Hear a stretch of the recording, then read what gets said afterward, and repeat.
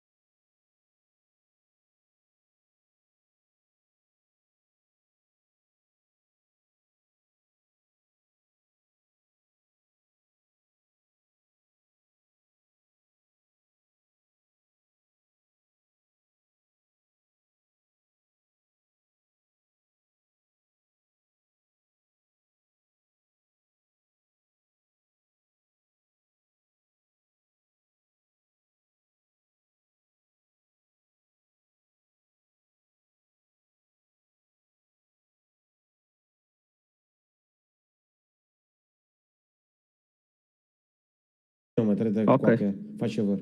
Está bem, meu menino? Então pronto, Yeah. aconselhas-me agora a fazer meia dúzia de jogos, fazer dinheiro. Depois fazer Sim, dinheiro sim. e comprar jogador.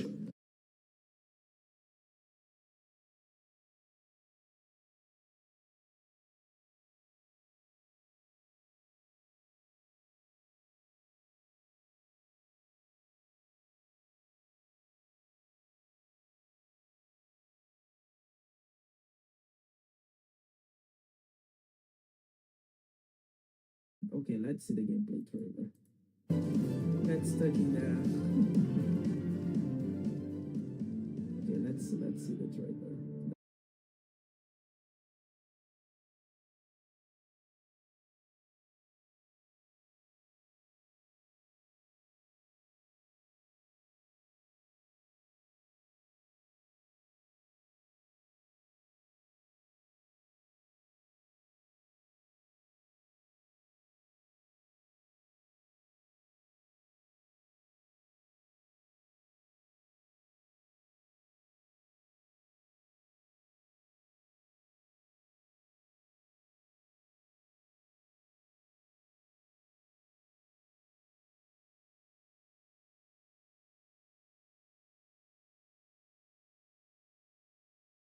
In our previous video on Summer Game Fest leaks, rumors, predict our last minute roundup of other things that may or may not be at Summer Games Fest / the weekend in general. Xbox's showcase is also going to be on Sunday evening UK time, but there's going to be a lot of things coming out of the next few days. First game is Doom: The Dark Ages. Whoa. Which has been a long time since Doom Eternal, since Doom was in the conversation. I'll get to the whole thing that's happening with Mick Gordon, the composer, but Doom: The Dark Ages was leaked by Insider Gaming and also Nate the Hate over on Twitter, with Nate the Hate saying that it's going to be a multi-platform release, and Insider Gaming saying that apparently it's medieval inspired, and obviously the whole title being The Dark Ages. It has apparently been in development for 4 years and was the formerly leaked Doom Year Zero, which came out in September 2023, when the US court accidentally leaked a whole bunch of games that were in development, with Doom Year Zero being one of them. Composer Mick Gordon, who I would say is fundamental to the feel of Doom overall, I adore his Doom Eternal score, is apparently not returning. You can go get stuck into the whole war that he had with studio director Marty Stratton across 2021 and 2022. According to him, he wasn't treated very well in regards to the deadlines that were set, and he wasn't paid appropriately, deadlines were missed, etc. There was a lot of stuff that went back and forward there, leading to Gordon himself posting everything, posting all the receipts in 2022, and just being like, I'm done, I'm stepping back, and I'm going to do a whole bunch of other stuff.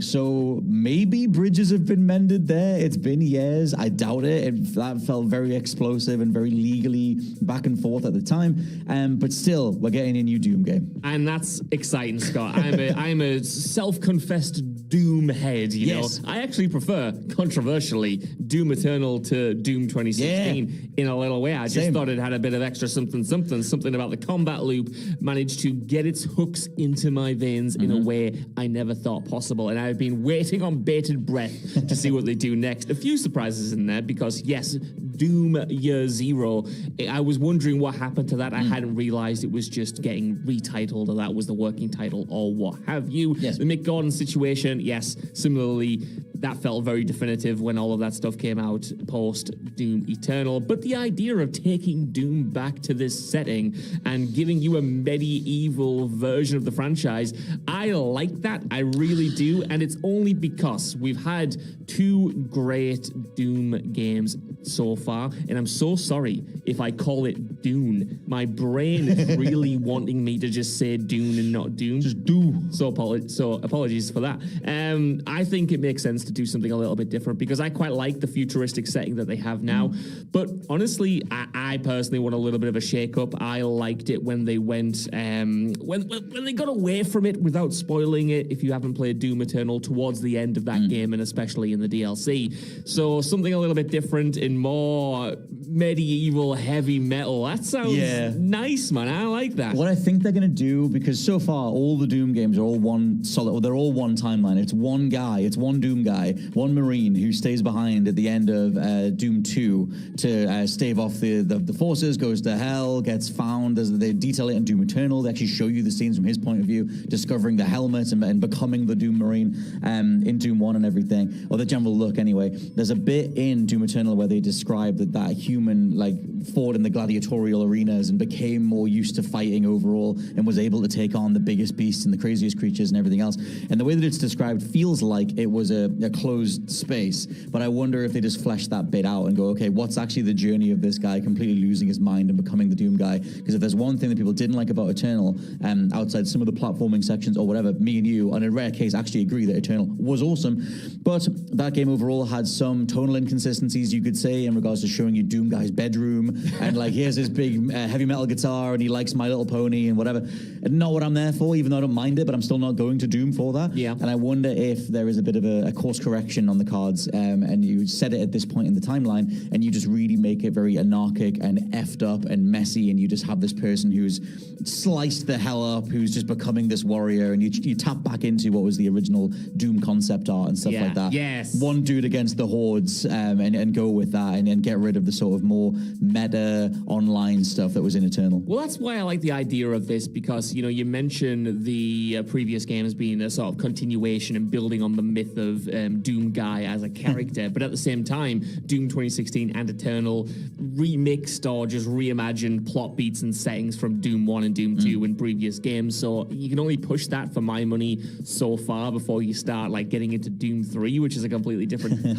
kind of game, and even that kind of factors into the other two in certain ways and inspires it in certain ways. So getting a complete reset almost and doing something entirely new, I love that. I hope, fingers crossed, that this new setting allows them to go really hard on the kind of gore and hellish aesthetic that I like from Doom, because while I do like the aesthetics of the previous two games, to me, it's kind of like the difference between, and bear with me, the difference between Diablo 3 and Diablo 4, or Diablo 2 and Diablo 3, where Diablo 3 was still, gory and intense in certain ways, but it had too much like Warcraft. Too much like Warcraft, had a certain softness to it, whereas Diablo 4 went right back to the hell and brimstone and kind of, not that it took it seriously, but it just had a more menacing feel. Oh, Diablo 4's opening is awesome. Yes. 100%. And I prefer that if we're talking about hellscapes and stuff, so I kind of hope they go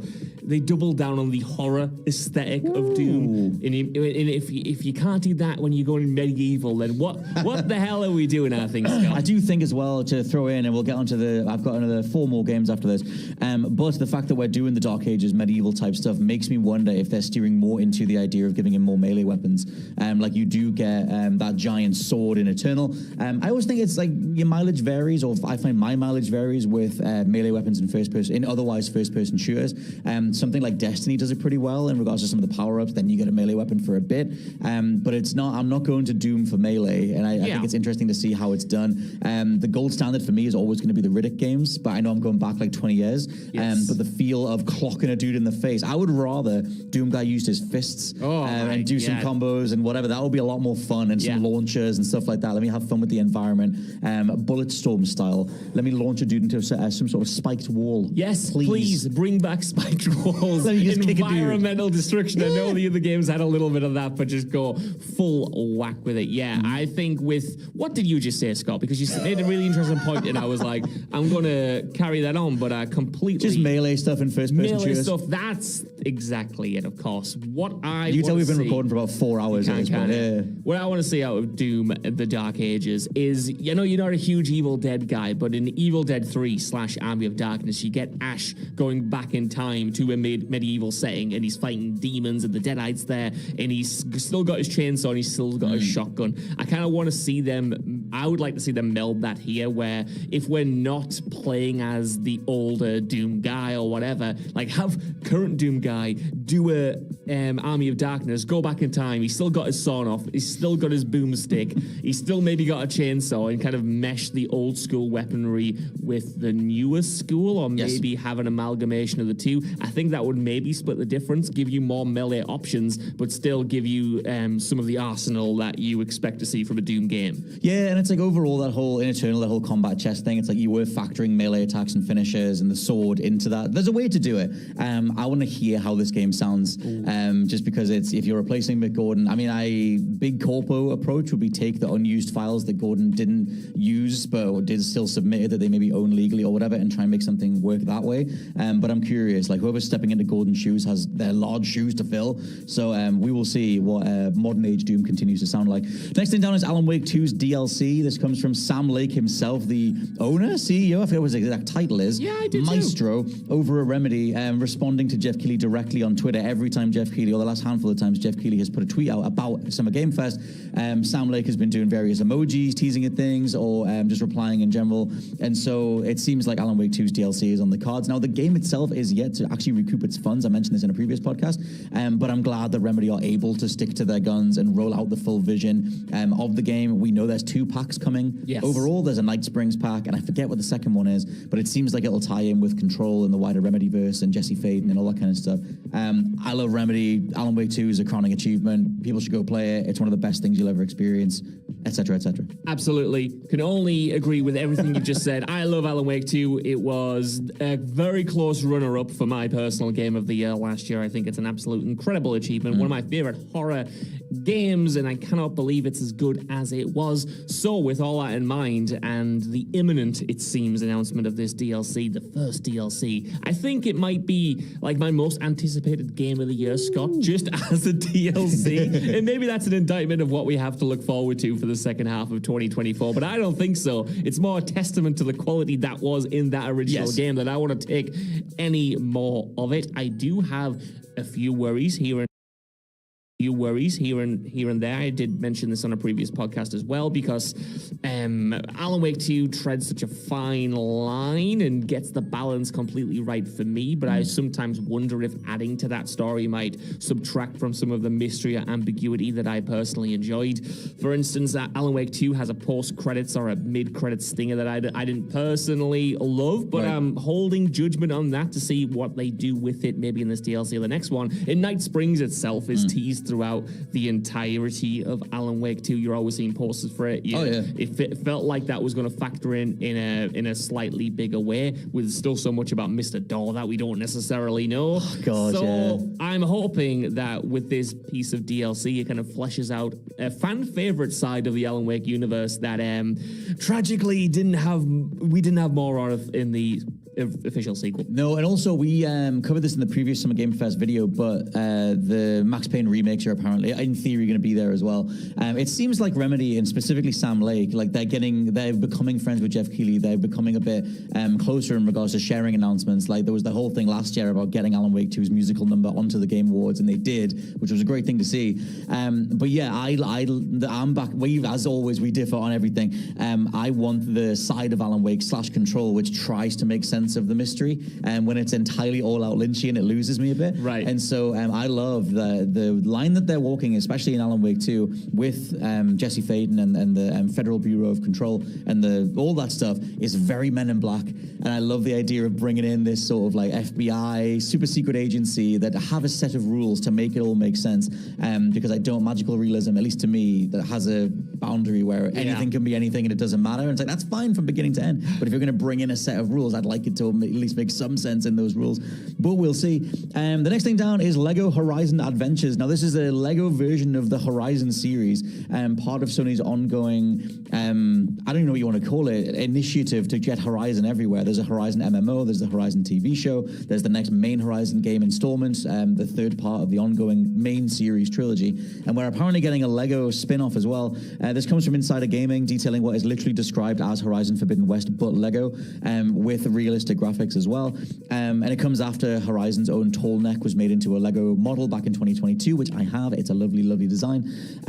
Thoughts on this? I was a bit like, yeah. Me too, but you know what? I'm so sorry because this news, it felt like this news has been kind of ongoing for a little while now, but I remember seeing someone mention something on either Twitter or YouTube or Reddit. I really can't remember, but it was a very salient point that has stuck with me because, like a lot of people, I've always thought, why Horizon? You know, I like Horizon a lot. I think Forbidden West gets a little bit more crap than it deserves, even though it does have its... it's a sentiment online, you know? I think a lot of people are like thinking that Horizon is a little bit overpushed by Sony, myself included. Like, why focus on that when you've got so many other great franchises? But whoever made this point, it finally made it click that, you know, you've got the likes of Ghost of Tsushima, The Last of Us, even Uncharted to a certain extent, or God of War, which are more mature-orientated franchises, whereas Horizon has that sort of extra appeal of being appealing to a younger audience, so you can make something like this work with that franchise, and it doesn't feel too out of the blue, and you can push it because you have that appeal of gamers who are 50 years old and gamers who are 10 years old, and it's their it's their entry point into it, right? I think it's there until Astrobot comes out. Their first big franchise, their main franchise and main mascot that can do that. So while Lego Horizon isn't necessarily for me, I think it's a fun thing that is coming, and I do think that the gameplay of Horizon fits quite nicely with the Lego concept. You know, the whole gimmick of Horizon 1 and 2 was about shooting off individual parts of the enemies that you're fighting against, using that scrap and adapting your arsenal to suit different encounters. So I can perfectly see that being translated to Lego form, where those elements and those parts of the monsters are just bricks that come off in a really lush way. I can see it. Yeah, Horizon's already been a Lego game since the beginning anyway. I'm curious on the gameplay side. It depends who actually ends up developing this, because the Lego games themselves, I haven't followed them every single release, but I have played the vast majority of them. Only recently in the Skywalker Saga ones did it feel like they were, and in the Force Awakens as well, it felt like they were actually putting like decent gameplay systems in, and not just isometric, action adventure stuff with really simplistic combat. It's for 3-year-olds, but at the same time, you started getting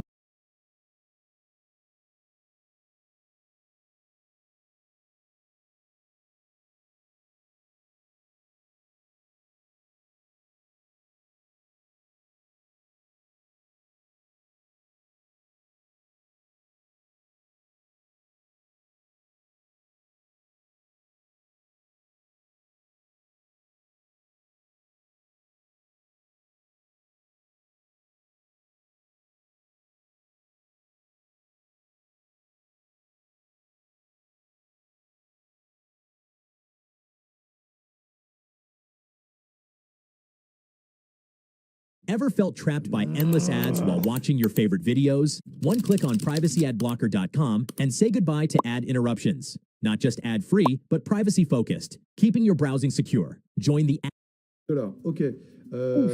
très loin. Il faut pas de spoiler, s'il vous plaît. Oui. On va continuer. Qui ne le sait pas? Par exemple, Malao, tu le sais ou tu le sais pas? Alors, si tu le sais, on dit pas. Attends, que je me plante pas. Jamel, tu sais ou tu sais pas? Ouais, je sais. Ok, alors on dit pas. Nicolas Pérez, c'est de la triche. Bon, lui, il est développeur, il connaît un petit peu. Yeezy, tu sais ou tu sais pas? Tu sais pas. Alors, vas-y. À ton avis, une minute. Combien pour une minute? Un trailer d'une minute, hein. Une minute. Un trailer d'une minute. Je sais pas. Franchement, Splinter Cell. Non, mais le prix. Combien est-ce que les développeurs, les éditeurs doivent payer pour être présents à la Summer Game Fest et avoir un trailer de une minute? 15 000 $. 15 000 $. Ok, donc c'est plus déjà.